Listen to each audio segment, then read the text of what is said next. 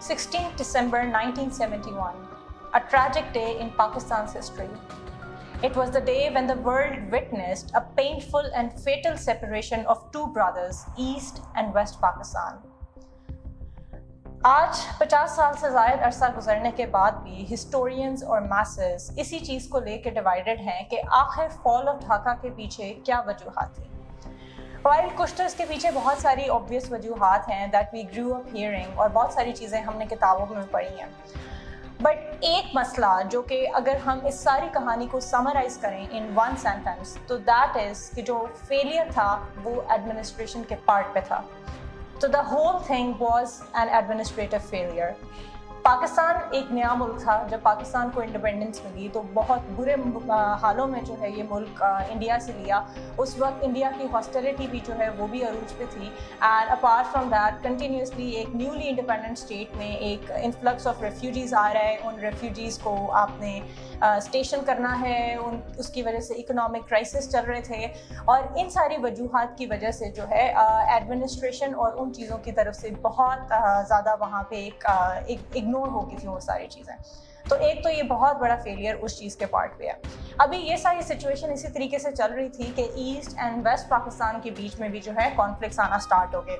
अब multitude of differences थे दोनों साइड्स के बीच में।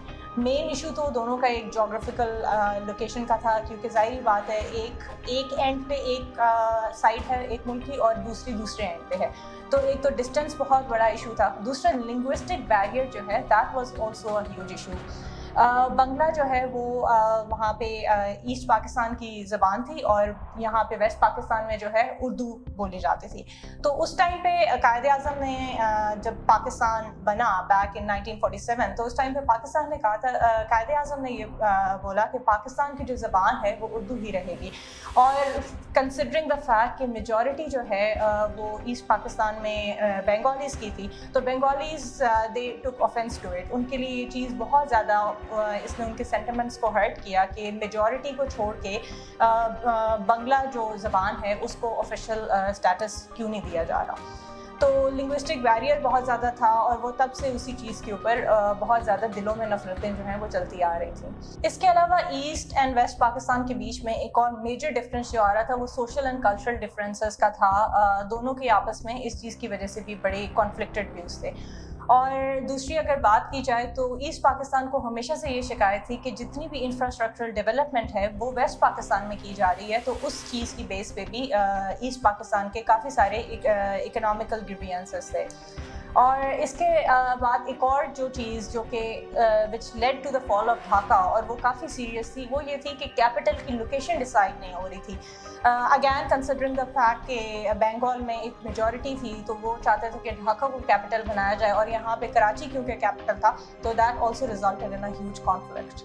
अब ये जो सारी सिचुएशन थी, जितने भी सारे मसाइल थे जो एक न्यूली इंडिपेंडेंट मुल्क जो है वो इन चीज़ों से गुजर रहा था, उसी सारी चीज़ों के दरमियान में इंडिया का जो किरदार था उसको इग्नोर नहीं किया जा सकता।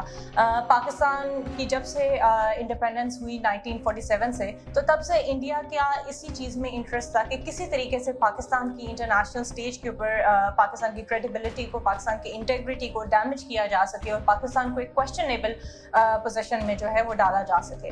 तो उसी जब when the war broke out in 1971, तो इंडिया ने सेपरेटिस्ट ग्रुप को बहुत ज़्यादा सपोर्ट जो है वो फराहम की, और हमें मुक्ति बाहिनी के नाम से जो है अक्सर हमें इस चीज़ का नाम आता है जब भी हम इस तरह की हिस्ट्री पढ़ते हैं। तो उस ग्रुप की शक्ल में इंडिया ने बहुत ज़्यादा अपना किरदार यहाँ पे प्ले किया, और पाकिस्तान के ख़िलाफ़ जो है बंगालीज़ के दिलों में बहुत ज़्यादा नफ़रत का बीज जो है वो बोया। यहाँ पे एक बहुत इंपॉर्टेंट पॉइंट जो है जिसको आज भी तनकीद का निशाना बनाया जाता है वो negation of two nation theory है। इस बात पे हमेशा से क्रिटिसिज्म रहा है कि फॉल ऑफ ढाका जो है ये कहीं ना कहीं इसने डायरेक्ट किया इस चीज़ की तरफ, और कहीं ना कहीं इसने इस चीज़ को इशारा इस तरफ किया कि ये जो टू नेशन थ्योरी है वो पूरी थ्योरी फेल हो गई है, और जिसकी बेस पे पाकिस्तान जो है एक इंडिपेंडेंट मुल्क बना था, तो the whole concept is a failure now. लेकिन اس چیز کے اوپر اگر دیکھا جائے تو یہ ٹو نیشن تھیوری کا فیلئر نہیں ہے, بیکاز اگر ٹو نیشن تھیوری کا فیلئر ہوتا تو پھر بنگلہ دیش should have become a part of India, but it didn't go to India, it became an independent state. So that very much shows کہ یہ کوئی ٹو نیشن تھیوری کے پارٹ پہ کوئی فیلئر نہیں تھا, it was just an administrative failure, اور صرف ایڈمنسٹریشن کی اس میں غلطی تھی. Theory is not flawed, theory is very much alive and it is here to stay.